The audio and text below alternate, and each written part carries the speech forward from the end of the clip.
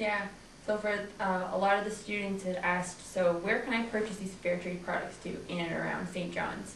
So just an example, Jumping Bee Coffee, they sell fair trade coffee. Where else do we have? Oh, Food for Thought sells a lot of fair trade food, and there's a lot of coffees and teas at Dominion and Sobeys, and chocolate bars, and on rare occasion you can find bananas. So slowly St. John's is starting to incorporate fair trade products. Do you have a 10,000 villages here? We don't have a permanent 10,000 villages. It comes sporadically, so like a couple times previous to Christmas they would come, but they're pretty good at getting some advertisements going, but they're great. Yeah. So do you want to explain it? 10,000 Villages is a project that was started by the Mennonite Central Committee, and they have stores. There are actually 4 stores in Vancouver, and they're just doing so well. Everything in 10,000 Villages is fair traded. And so most of my dishes now are coming from 10,000 Villages. I get a plate each week, it seems, and they're from villages where they are fairly paid for their product.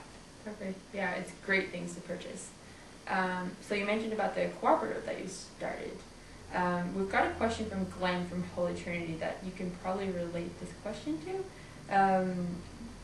So he says, can you give an example of a time that you got stuck and how you moved forward or got around it?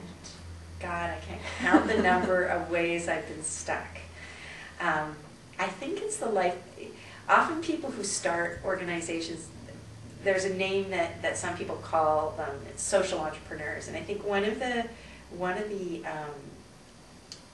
indicators of a good social entrepreneur is that they have got stuck or they've even failed at some of the things that they've tried to do. One of the hardest times in getting something off the ground is when you know and you're passionate about it, but you need to make the money to get it going. And so you've got to build relationships to get the money through the door. And sometimes those first relationships are really, really hard. Mm-hmm.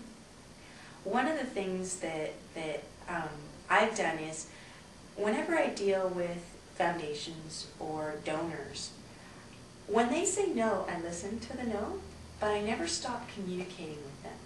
They're some of my greatest advisors now.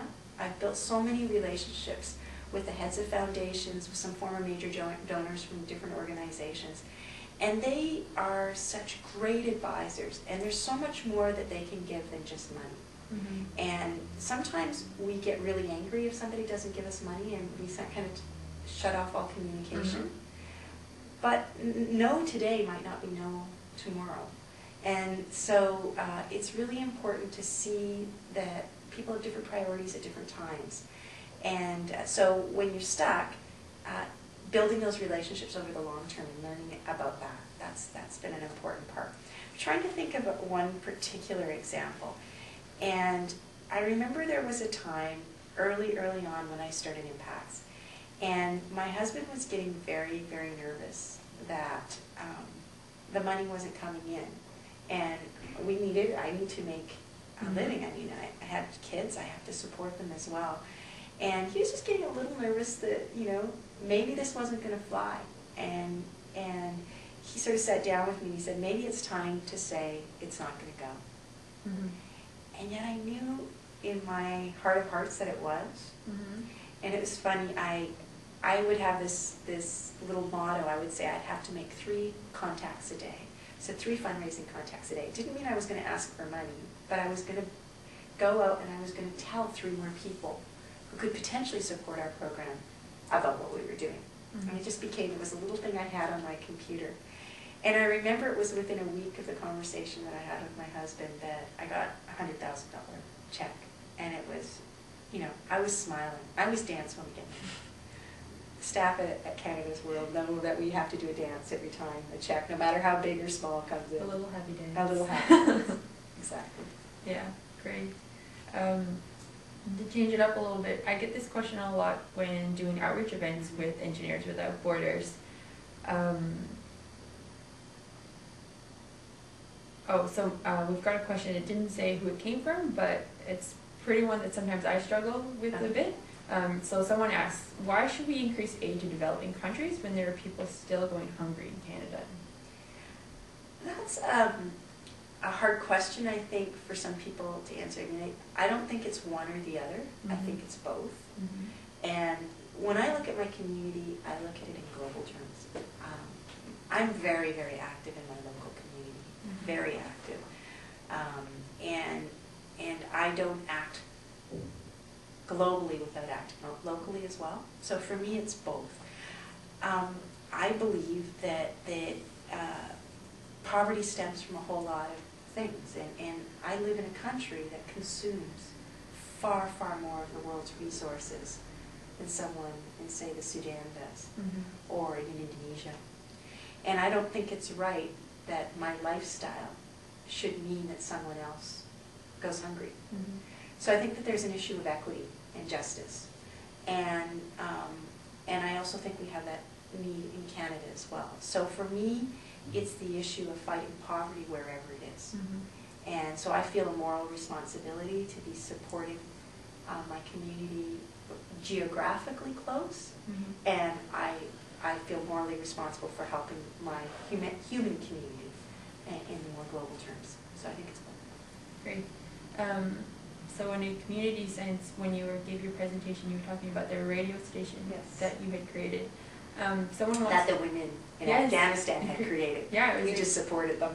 But it was a great story about how it went from women creating this radio station to then you said it became like a community radio station. It's something that people took a lot of pride in. So someone wants to know that was there a big risk and danger involved in starting a female-based radio station, or supporting someone starting a radio station? I think there was a great deal of risk for the women that were involved. It was a decision that they had made. It's what they wanted, and we were supporting them. And every step of the way, supporting them with everyone's eyes open of the risks that were being taken.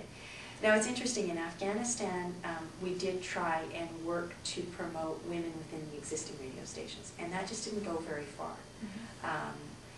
You know, the women would come into the office and the men would send them home. And so it was really clear, and it was also culturally appropriate to start something that was a women's only station. And so that's what we chose to do on the advice of the women from Afghanistan. So they always set the parameters of the work, which was really important. This was not, we were not coming in and saying, you know, this is going to be a station that broadcasts Western notions of feminism by any stretch of the imagination. That's not what we were doing. This was something that women in Afghanistan were defining the parameters of. So there were a lot of risks, and I know 2 months ago the manager of the radio station in Herat was attacked,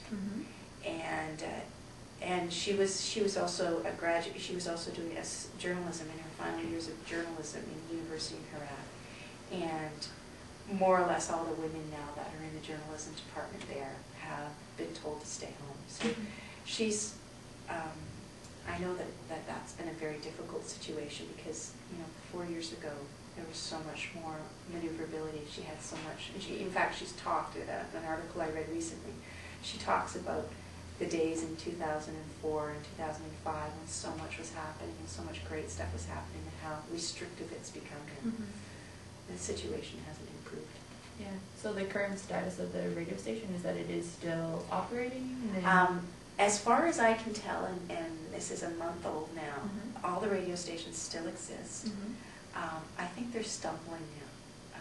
We lost our funding at the end of December in 2005. Our funding wasn't renewed.